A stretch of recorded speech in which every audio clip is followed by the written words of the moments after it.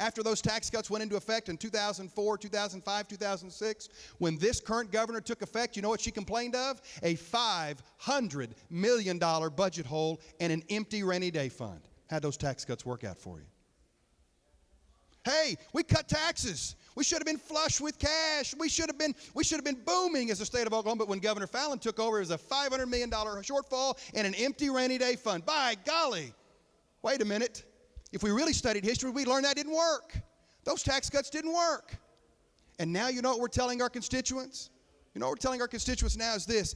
I understand that all those tax cuts that have taken effect should have, in our philosophical mind, on our Laffer curve, which could not be more appropriately named, that this should all work. But in reality, it doesn't. You want to know why? Not just a $500 million budget shortfall after you'd cut taxes, but how about being $687 million below where we were in 2009? You know that? Those tax cuts are doing such wonderful things for us that we are $687 million below general revenue dollars where we were in 2009. Public education in Oklahoma has been cut deeper than any other state in the nation. Anybody going home and bragging about that? I wish one of you, I'd love to see the speech that any one of you who are going to vote against this amendment today would give to your constituents and say, you know what? For 41% of you, the tax cuts didn't matter. For the vast majority of you, it's going to work out to $40. Congratulations, we cut education funding by $220 million. Enjoy the $40 a year. None of you make that statement. None of you talk about the cuts to public education and how just maybe, your fiscal irresponsibility has put us in this mess.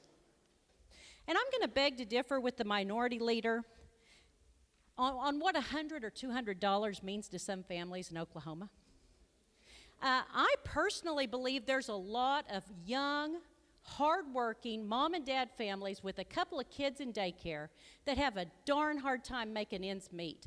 And you know, I think if I told them you could have a couple $100 more at the end of the year out of your budget, or we could grow the Arts Council, the Conservation Commission, the Commerce Department, what do you think they'd pick? Because I'm saying they pick the $100 or $200 more in their pocket. And you know what I think they do with it? They might be able to buy an extra jug of milk every week for their family instead of making the kids drink water. They might be able to buy some of the healthy food that we want as a state in Oklahoma to have less obesity because it costs a little more.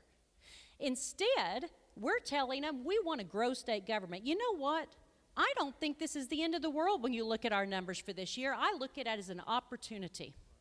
You know what we're going to do at the end of the day? We're going to take $200 or $300 million out of some revolving funds, savings accounts. It's just sitting there. And you know what else we're going to do? We're going to use about a third of the rainy day fund because guess what? It's a rainy day. And you know what else we're going to do? We're going to hold some of those like health care and education accountable, and we're going to end up with a 2 to 5% cut.